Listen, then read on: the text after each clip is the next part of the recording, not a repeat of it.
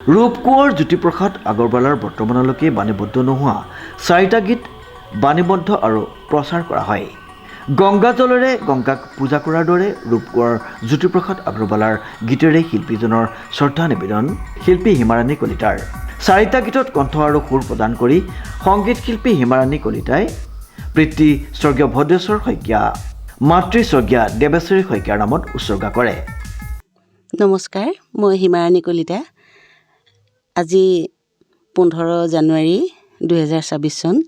মই ৰূপকোঁৱৰ জ্যোতিপ্ৰসাদ আগৰৱালাদেৱৰ যোৱা 25 চনত এটি গীত অপচাৰিত এটি জ্যোতি সংগীত প্ৰচাৰ কৰিছিলোঁ আৰু ৰাইজৰ বহুত সমাদৰ পাই মই উৎসাহিত হৈ আকৌ 4টি গীত হাতত ল'লোঁ আৰু আজি 2টি গীত ইতিমধ্যে ইউটিউব চেনেল যোগে আপোনালোকে শুনিবলৈ পাব আৰু আজি ৰাইজৰ মতামত শুনি ভাল পাইছে। সকলোৱে মোক বহুত আন্তৰিকতাৰে ভাল পাইছে, ভাল ব্যৱস্থা লৈছোঁ বুলি কৈছে আৰু সুখী হৈছোঁ।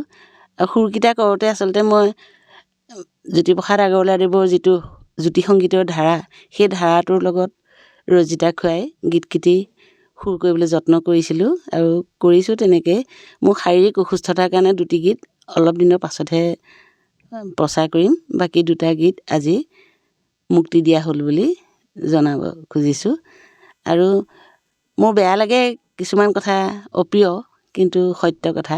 আমাৰ যোৰহাটত যিবিলাক চৰকাৰীভাৱে অনুষ্ঠান হয় তাত আমি সদায় অৱহেলিত হৈ থাকোঁ, সেইবিলাক দুখ লাগে আৰু সেইকাৰণে মই আচলতে সৃষ্টিৰ মাজত সোমাই গ'লোঁ যে নিজে সৃষ্টি কৰোঁ, মোক কোনোবাই অৱহেলা কৰে মই তালৈ চিন্তা নকৰোঁ।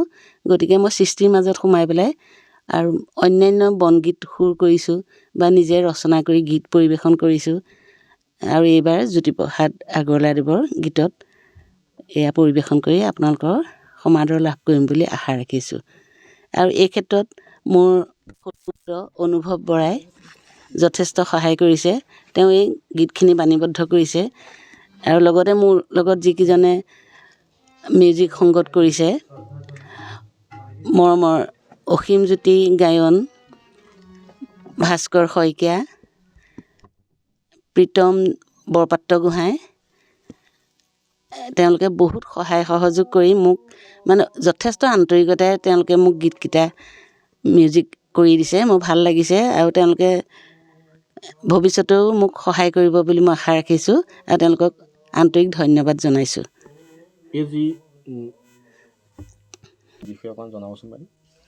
ধন্যবাদ।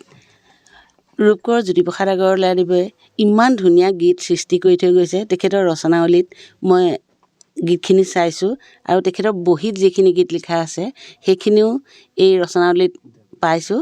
গতিকে চালোঁ যে এই গীতখিনি ইমান ধুনীয়া কিন্তু কোনেও সুৰ কৰা নাই আৰু তেখেতেতো খুব কম সংখ্যক গীতেই সুৰ কৰি আমাৰ মাজৰ পৰা হেৰাই গ'ল। গতিকে আমি আমাৰ নৱপ্ৰজন্মক এই গীতবোৰ, ইমান ধুনীয়া ধুনীয়া গীতবোৰ উপহাৰ দিব লাগিব। সেই প্ৰচেষ্টাই হাতত লৈ মই চিন্তা কৰিলোঁ যদি পাৰোঁ ময়ো কিবা এটা সহায় কৰোঁচোন।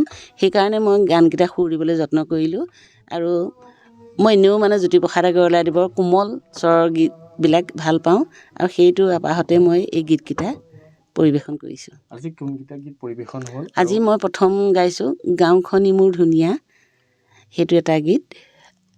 তাৰ পাছতে গাইছোঁ মোৰ গানৰ সতে, সেইটো সোণৰ শৰাই আৰু মায়া মায়া।